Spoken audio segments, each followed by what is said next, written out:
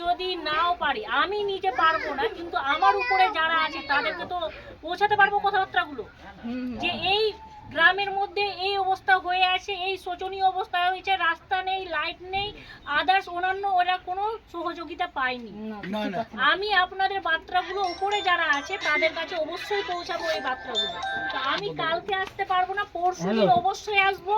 আপনারা যতজন আছেন সবাইকে সঙ্গে করে নিয়ে গোটা গ্রাম ঘুরবো, ঘুরে দিয়ে দেখবো কি সমস্যা আছে, সেই খাতাতে আমি এন্ট্রি করে দিয়ে ডায়েরিতে নোটশিট নিয়ে গিয়ে আমাদের উপরে যারা নেতা নেত্রীগুলো আছে তাদের সাথে ডিসকাস করে দিয়ে আমি আপনাদেরকে অবশ্যই জানাবো এই বার্তাগুলো।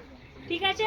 আর আদার্স আরেকটা গল্প বলে দিচ্ছি, আপনাদের যদি এইখানে কারো কোনো সমস্যা, সরকারি রাস্তা টাস্তা লাইট টাইট বাদ দিয়ে আর অন্যান্য কোনো যদি সহযোগিতার কথাবার্তা থাকে, আমি আপনাদের একদম বাড়ির কাছেরই মেয়ে আছি, শোভানগর চণ্ডীপুরে বাড়ি, চণ্ডীপুর এরিয়াতে আমার বাড়ি। আপনারা আমার নম্বর এই ফুলকুমারের কাছ থেকে পেয়ে যাবেন, ফুলকুমারকে জানিয়ে দিবেন যদি কোনো সহযোগিতার গল্প থাকে, বিয়ের কারো সমস্যা থাকতে গেলে বা আদার্স আরও অন্যান্য মেডিসিন পারপাস যাবতীয়।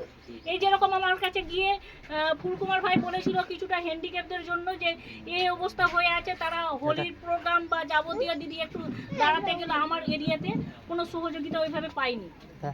যাই হোক, আমি শুনে দিয়ে ওর কথাবার্তা শুনে দিয়ে আমি ছুটে এসেছি। ফুলকুমার আদার্স অন্যান্য জায়গাতেও যেখানে যেখানে বলেছে সেখানেও যাওয়া হয়েছে।